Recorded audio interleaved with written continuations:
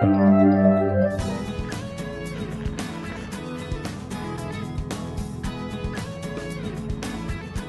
Chevy Avalanche is a little different from your typical pickup truck. Most pickup trucks, they have a separate cab where you sit and a separate bed where your stuff goes. But the Avalanche, it's all one body. There's no seam here. That's because the Avalanche is basically a Chevy Suburban. They're a big SUV with the back cut off and a pickup truck bed put here. That brings some advantages.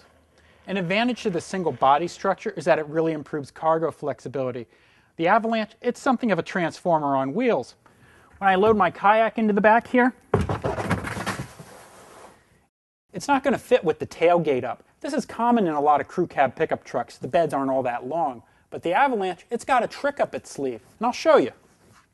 The surprise is that the Avalanche's rear seat folds down, and there's a passageway to get back into the pickup truck bed. Fold down the backrests. You fold down this panel, and then long items can slide forward into the cabin, giving you effectively a longer bed length. Now, if you want to haul bulkier items using this extra length, you can even take out this rear window.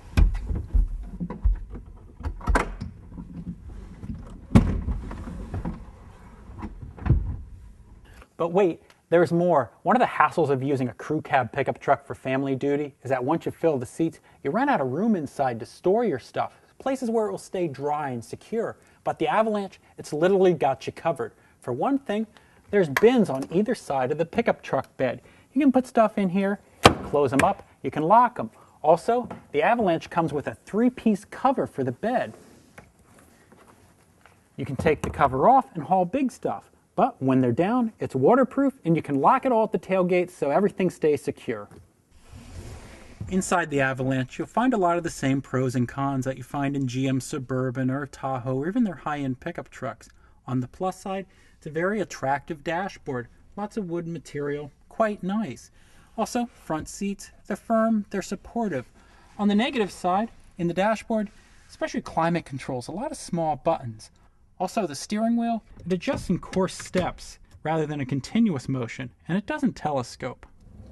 The advantages that come from basing the Avalanche on the Suburban, they also show up when it comes to driving the truck. For one thing, the ride. It's terrific. It's one of the best rides we've experienced in a pickup truck. In fact, it's a lot like a good family sedan. Another nice thing about the Avalanche, it's quiet inside. When it comes to handling, you're not going to confuse the Avalanche for a sports car. You know, this is still a pretty big truck. The steering's responsive, but there's quite a bit of body roll. Stability control is standard on the Avalanche. Another feature we like, the 4-wheel drive system, you can leave it engaged all the time. So when the wheels start to slip, it automatically transfers power to them. When you go out in the snow, you don't have to worry about whether you've turned on 4-wheel drive or not. Now, an Avalanche like this one, it weighs north of 3 tons, 6,000 pounds. That's several hundred pounds more than a Chevy Silverado, which shares the same 5.3-liter engine that's the base engine here in this Avalanche. What that means is acceleration's a bit slower. However, on the highway, the engine's relaxed. If you need more power, you can buy a bigger V8.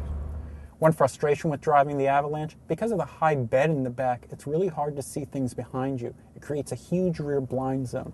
We really recommend you get an Avalanche with the optional rear view camera. Now, the Avalanche isn't going to win you bragging rights for who can tow the biggest trailer or haul the heaviest load, but it's still plenty capable. Combine that with it being a pleasant family hauler, and you've got a really great choice.